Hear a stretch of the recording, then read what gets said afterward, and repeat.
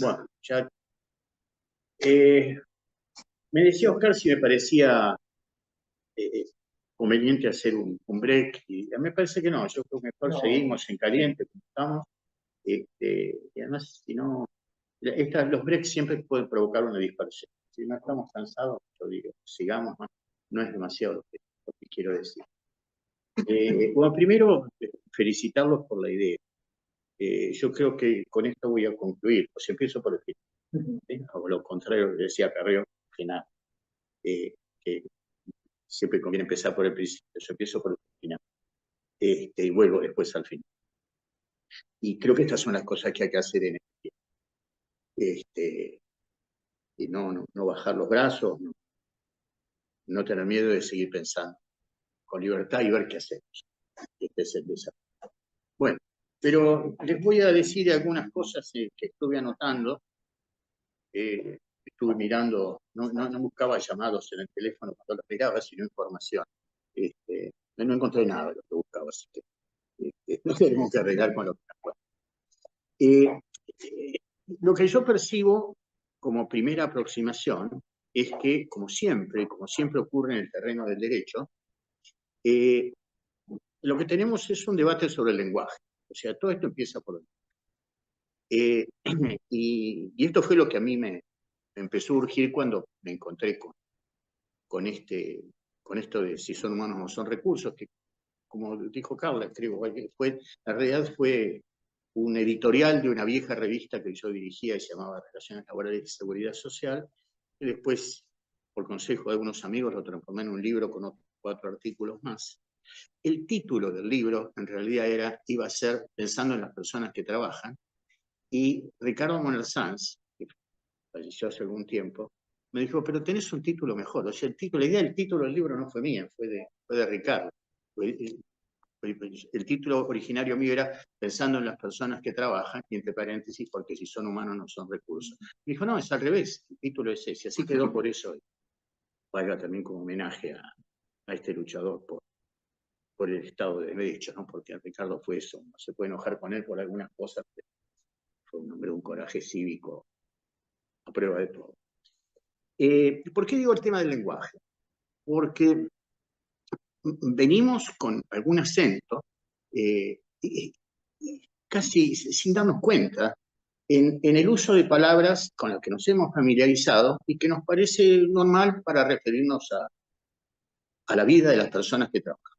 Porque hace un ratito recordaba recién Raúl, aquello de que el trabajo no es una mercancía, que viene de la Declaración de Filadelfia del 44, pero antes aún de la encíclica Renovada. ¿Pero por qué el trabajo no es una mercancía? Porque el trabajo no existe.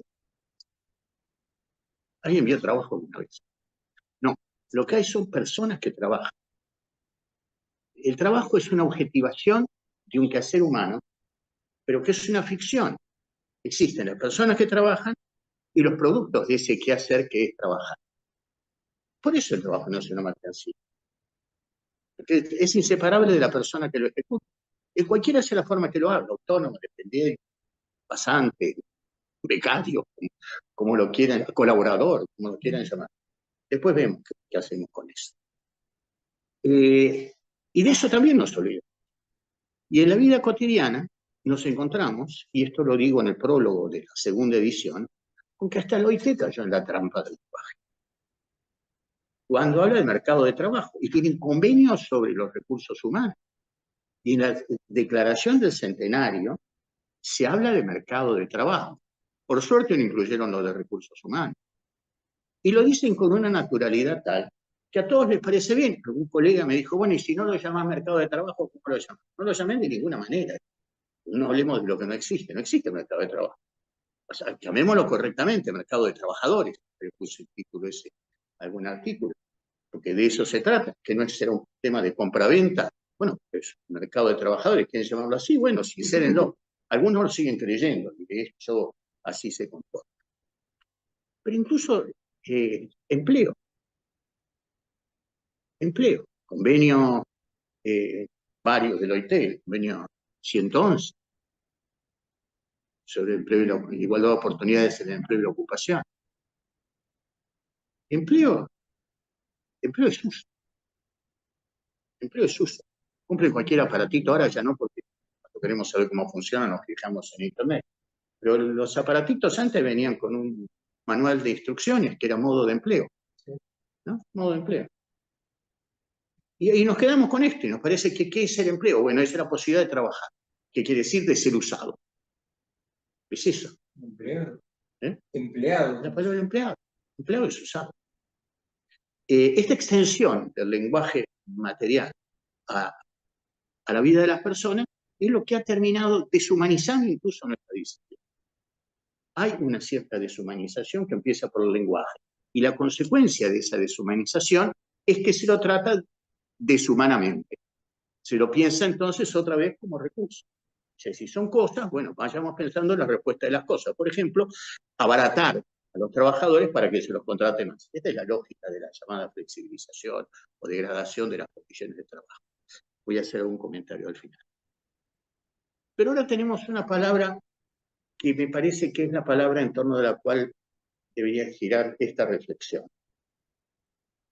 que es la más usada en estos días, de las maneras más variadas, en el nombre de un partido político, en el lenguaje de todos los días, alguna expresión extraordinaria y entusiasta del presidente de la República, cuando dice viva el carajo. Yo creo que lo que se va al carajo es la libertad. Y voy a tratar de explicar por qué. Oscar habló de la libertad, vos lo mencionaste varias veces. Y yo creo que el debate es la libertad, porque el derecho del trabajo es el derecho a la libertad.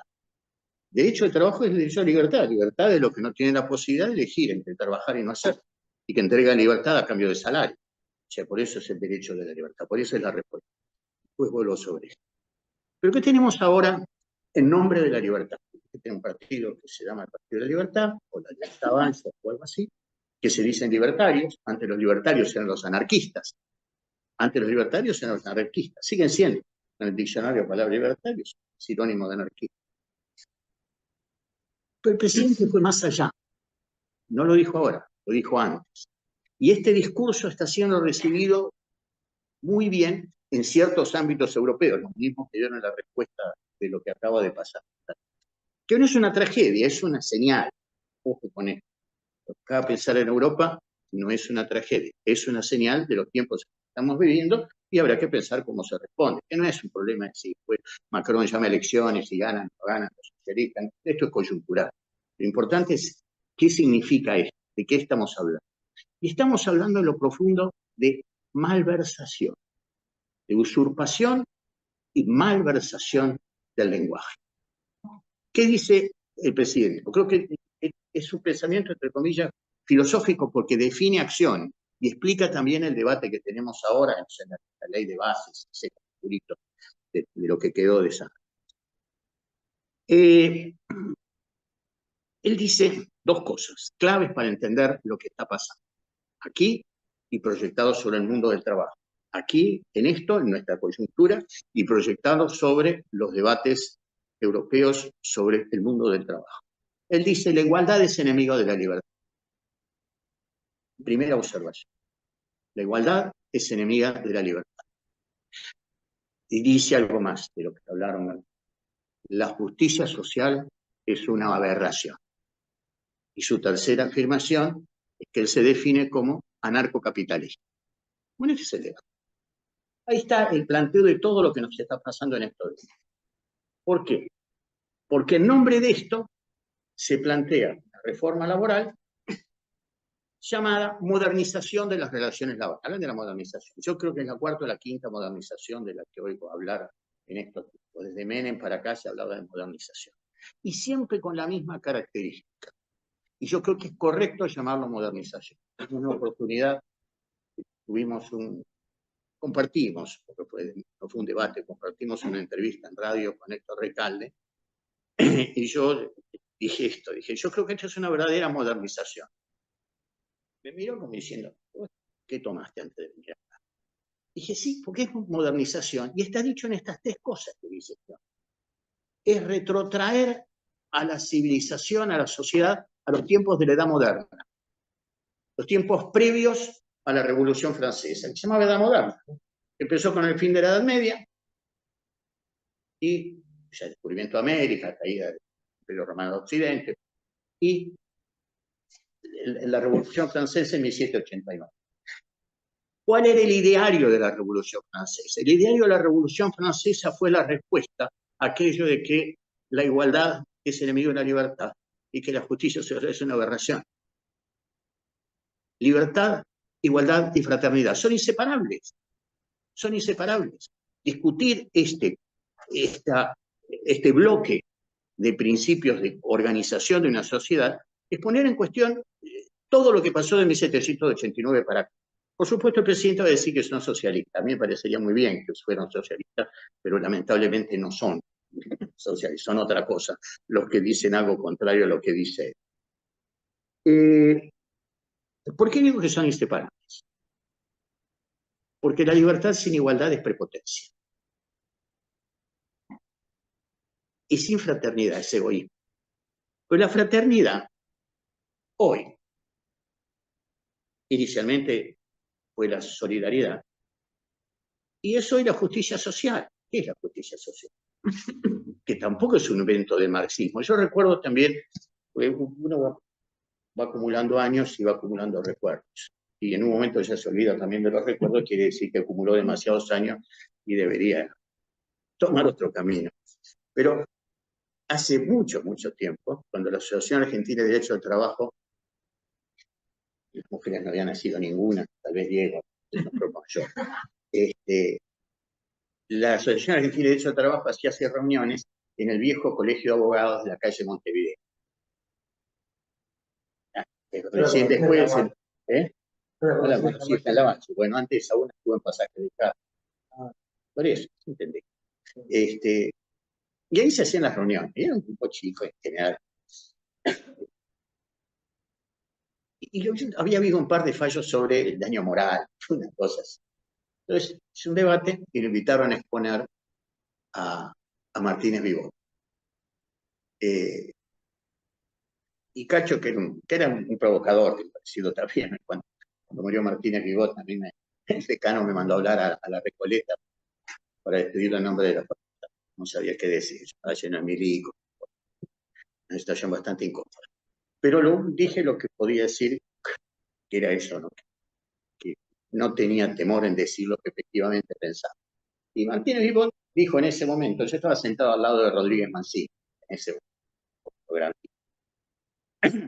Martínez Vivó dijo, hablando de la justicia social, dijo, es invento del peronismo. Cacho, Rodríguez Mancini dijo, este hombre debe haber ido a misa por última vez hace 50 años. No leyó las así. Sí, pero para yo era socialista. Justicia social. Justicia social es la construcción que viene de la doctrina social de la Iglesia y que la OIT la toma. OIT toma la idea de justicia social y la idea de que el trabajo no es una mercancía. Los precursores fueron en 1891 que se renovaron, en el 31 la 40º año y las otras. Ahí está la base de nuestra disciplina. ¿Por qué digo todo esto? Porque en realidad estamos hablando siempre de lo mismo, que es el tema de la libertad de los que no tienen. Y acá... Bien, ¿qué pasó? Hacemos un cambio de cámara. Hacemos un cambio de audio. Están quejando que no. ¿Tengo que empezar de nuevo? Empezar de nuevo. Vale, ¿eh? Repase. ¿Acabó? Sí. Sí, por acá, Mari. ¿Y por acá? Ahí estamos nosotros. Pero yo veo la silla. Ahí te veo a vos. Pero yo te veo impecable. Mira, vos estás en el... Impecable. Sí. Te puedo poner. Pero no sé. Sí. Ah, vamos a decir que para que se vea la propaganda de... Todo pensado. Estaba todo pensado. Bueno. Ahí te voy a poner para que te puedas mirar. Porque si no, me va a parecer que le hablo de silla. Hablarme a mí está bien, porque estoy acostumbrado a mirarme al espejo y hablar bien de mí. Ahí está. Pero así. Tengo alguna. Bueno, entonces quiero volver a esta idea de la usurpación, malversación y vejación. Que puesto en lo profundo es esto. El lenguaje de la libertad está siendo vejado por estos valores. Y nos confunden a todos. Y de hecho los liberales, yo me defino como liberal, tenemos miedo de decir que somos liberales. Casa nos avergüenza porque nos identifican con esto. Todos sabemos cómo progresistas nos decimos. Todos son progresistas, el mundo es progresista, todos quieren progresar. Hasta los más egoístas, las peores personas quieren progresar. Progresistas somos todos. Pero quedó progresista aquellos que somos en lo profundo liberales. O sea, nos vamos robando el lenguaje y que no sabemos de qué estamos hablando. ¿Qué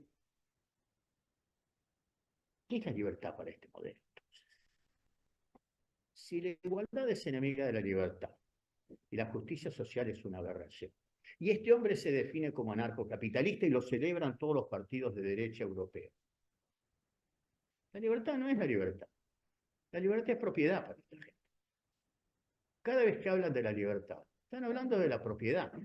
Reemplacemos la palabra libertad en todos los discursos de estos autodenominados neoliberales, autodenominados como todo movimiento subversivo, o sea, se autodenomina, confundiéndonos a todos.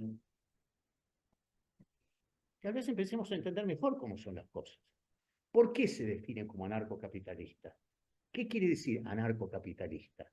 Sintéticamente, el que tiene plata hace lo que quiere. Es esto, no es otra cosa. Este es el terreno en el que estamos discutiendo. Y tal vez ahí empecemos a entender mejor algunas cosas. Esto me lleva a hacer dos observaciones. Una tiene que ver con algo que dijo Carlos y otra también del lenguaje. Si no son liberales, que no lo son, ¿qué son? Y quien para mí encontró la expresión más precisa para identificar esta ideología de la propiedad, porque no es ideología de la libertad, fue Thomas Piketty, que es un economista francés bastante provocador, ¿no? Tiene cosas escritas muy interesantes, y dice, esta nueva ideología no es liberalismo, esto es propietarismo. Entonces son propietaristas. Ahí nos vamos a entender un poco mejor. Pero tiene alguna característica adicional, que es una ideología previa a la Revolución Francesa. ¿Cómo era el modelo previo a la Revolución Francesa? De las monarquías absolutas.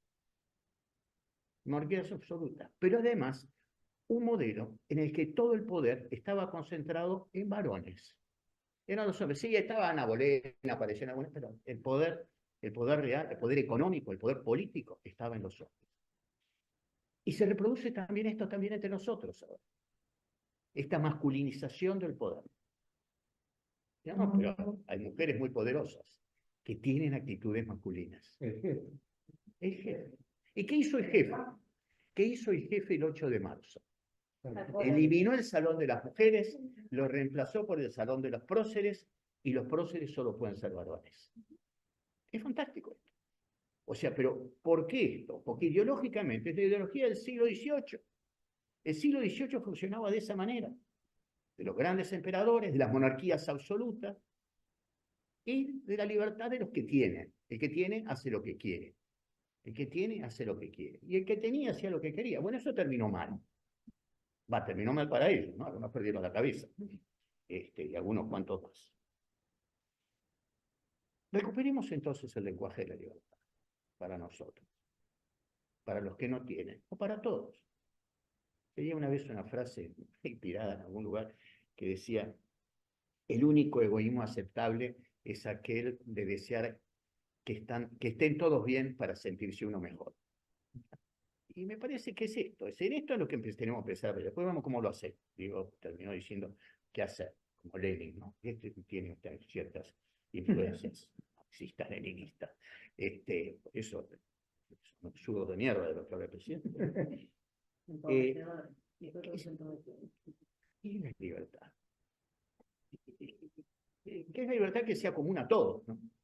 Y se han dicho muchas cosas, se habla de libertad positiva, libertad negativa, pero hay una síntesis, que para mí la dio Camus, que en realidad no es de Camus, sino que es de Nicolas de Chamfort, que es un filósofo anterior del siglo XIX.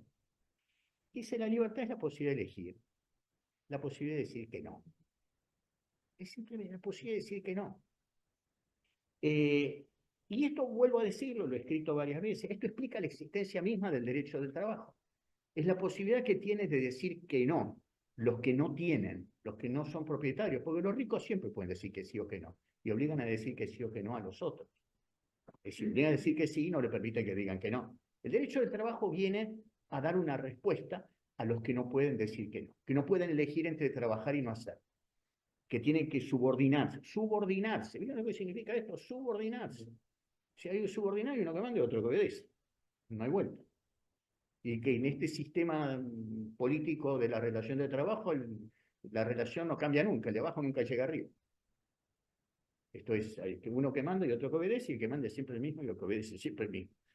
Y por eso existe el derecho del trabajo, para poner límites a la prepotencia, para poner límites al poder de los que tienen, dicho en lugar de los que no tienen, que no pueden perder el empleo. ¿Qué hacemos entonces? O sea, ¿alcanza con darnos cuenta de esto? ¿Alcanza hoy el derecho del trabajo para las nuevas formas de producir y de trabajar? Que creo que este es el debate que tenemos ahora. Si estamos de acuerdo en que el valor superior, en el que todos creemos, que es el de libertad, libertad de las personas, no libertad de los bienes, no libertad de los capitales, libertad de las personas. ¿Cómo hacemos para tratar de llegar a un mundo en el que haya libertad para todos? ¿Qué quiere decir libertad para todos? Tener más tiempo para uno, para la familia. Esto que también escribí alguna vez sobre los derechos familiares de las personas que trabajan. Es cierta la anécdota de mi hijo y los 11 meses de licencia. Mi hija tiene 4 hijos. Y claro, en Alemania es fácil, financian todo. ¿Qué hacemos ahora? Que tenemos un mundo que va a tener menor necesidad de trabajo. Vos hablabas de la jornada, del debate sobre la jornada. ¿Qué es el debate? Pero tenemos un problema. Y es que esto de un mundo con menos necesidad de personas que trabajen nos plantea cómo hacemos para distribuir la riqueza. Porque cuando hay pleno empleo, entre comillas, cuando hay plena ocupación, cuando hay trabajo para todos, la distribución de la riqueza se hace a través del salario. Va a venir Carlos Marx y decir, no, la plusvalía, bueno, fenómeno. Está bien, se afanan un pedazo, lo que quieras. Pero hay una forma de participar en la distribución de la riqueza que se genera, que es a través del salario. Bueno, esto ya no va a ser posible. ¿Por qué? Porque va a haber menos necesidad de trabajo. Los franceses, las centrales sindicales francesas de allá por los años 80 decían, trabajemos menos para que trabajemos todos para vivir mejor. Efectivamente, un instrumento clave para esto como primer paso. Como primer paso. En la drástica reducción de la jornada de trabajo sin reducción de los salarios. Esto se puede hacer, sí se puede hacer siempre. Pero para esto necesitamos Estado. Y por eso el gran enemigo de este gobierno es el Estado. Es una obviedad. El Estado es el único que puede poner límites al desenfreno del capital. Y no estoy hablando de trotskismo, ni del ejército revolucionario del pueblo, ni cosa por el estilo. Estoy diciendo cómo han funcionado las sociedades más evolucionadas europeas hasta el límite que le están poniendo ahora. Porque ahora está llegando un límite aquello de la distribución de la riqueza. Y por eso aparecen estos partiditos neofascistas. Provocados por dos cosas. Yo creo que eso es una, lo otro es la inmigración. Estar en Europa, uno se da cuenta que la inmigración es un problema y eso fue lo que enalteció a Merkel, pero la llevó al cambio de gobierno. Y ahora termina con esta caída de todos los gobiernos de centro izquierda, porque el reproche es a la inmigración. Y el reproche es a la inmigración, ¿por qué?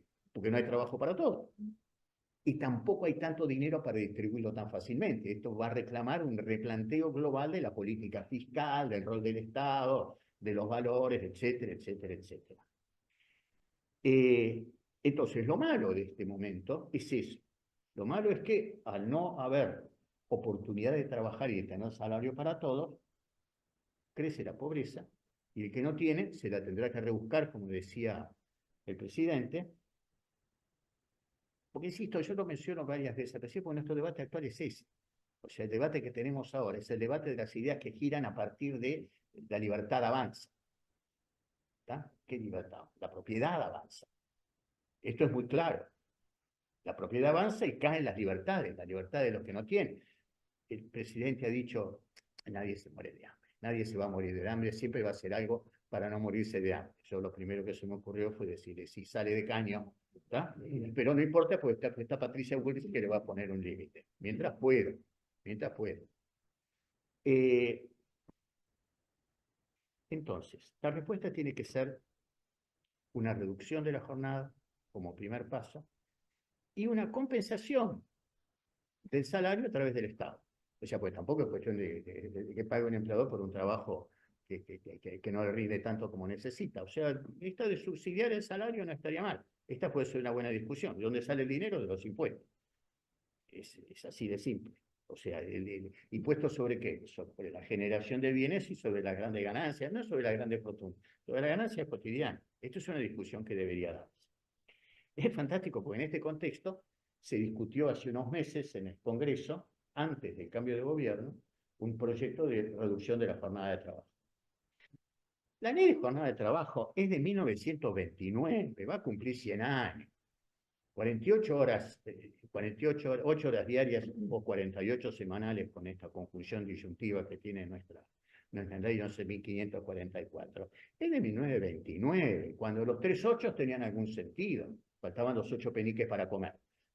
Pero ahí tenía gracia. Los 8 horas el límite de libertad que se entregaba a cambio de las otras 16, 8 para descansar y 8 para la libertad. Esto no existe más, ese mundo desapareció.